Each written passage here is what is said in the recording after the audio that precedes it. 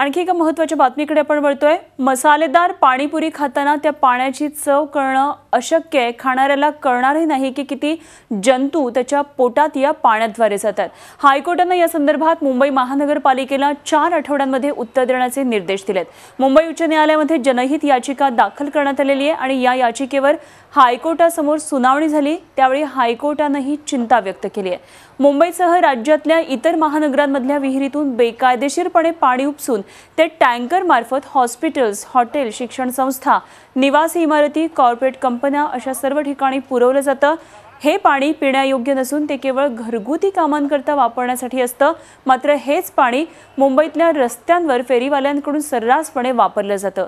त्यामुळे मुंबईच्या रस्त्यांवर सर्वांना प्रिय असणारे पाणीपुरी, सरबत, छास आणि इतर पदार्थांचं सेवन करताना अनेक घातक जीवाणू आपल्या पोटात जातात, ज्यामुळे अतिसार, ताप यासारखे साथीचे आजार पसरण्यास मदत होते।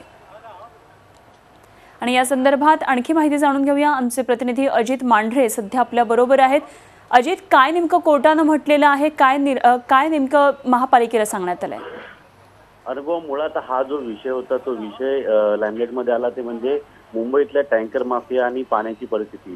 कारण का मे महिना आता सुरू झालेला आहे आणि त्याच पद्धतीनं उन्हाळा खूप आहे। अशा परिस्थितीमध्ये ज्या नैसर्गिक स्रोत आहेत, विहिरी ज्या आहेत मुंबईतल्या, त्या बऱ्याचशा विहिरींवरती टँकर माफियांनी स्थानिक जे नेते असतील किंवा प्रशासन असेल यांच्या माध्यमातून त्यांचं पाणी उपसा करतात।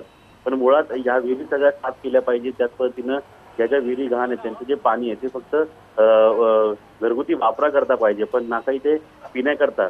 पण मुळात जे न्यायालयामध्ये याचिका दाखल करण्यात आलेली आहे त्यामध्ये स्पष्टपणे अनेक उदाहरणासह त्यांनी दाखले दिलेले आहेत की कशा पद्धतीनं हे जे घाण पाणी आहे किंवा जे फक्त शौचास किंवा इतर काही गोष्टीकरता वापरण्याकरता जे पाणी आहे ते पाणी हॉटेलमध्ये सर्रास सर्व केलं जातं, लोकांना पिण्याकरता दिलं जातं।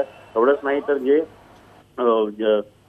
हातगाड्या आहेत त्या ठिकाणी पाणी पुरवले असतील किंवा इतर ज्या हातगाड्या आहेत ज्या हावगल्लीमध्ये अनेक ठिकाणी त्या गाड्या असतात त्यांच्या या सगळ्या ठेल्यांवरती हे विहिरींचं पाणी किंवा हे दूषित पाणी दिलं जातं आणि त्यामुळे मुंबईकरांचं जे आरोग्य आहे ते कुठेतरी धोक्यात आलेलं आहे।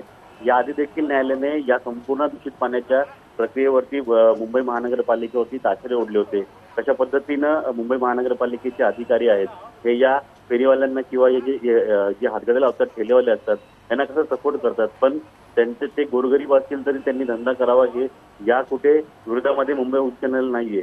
पण मुळात ते ज्या पद्धतीचं पदार्थ खायला किंवा ज्या पद्धतीचं पाणी त्यांना जे मुंबईकरांना देतात ते कुठेतरी दूषित आहे आणि त्यांच्यामुळे आरोग्य होतात। ग्राहक हा देवासमान असतो हे मात्र सगळे विसरलेले आहेत। या परिस्थितीमध्ये प्रशासनाने कठोर पावलं उचलणं गरजेचं आहे आणि त्याच परिस्थितीमध्ये हे जे दूषित पाणी आहे ते हद्दपार करून लोकांना चांगलं कसं खायला मिळेल याकडे पालिकेने लक्ष द्यावं असं न्यायालयाने म्हटलं आहे आणि त्या दृष्टीने पालिकेमध्ये त्यांना प्रतिज्ञापत्र सादर करावं सांगितलंय। खरे, आणि या दृष्टीने आता महापालिका काय नेमकी पावलं उचलत आहे यावरही नजर ठेवणं अगदी खरं तर गरजेचं आहे। अजित, धन्यवाद दिलेल्या या सगळ्या सविस्तर माहितीविषयी। झी 24 तास रहा एक पाऊल पुढे।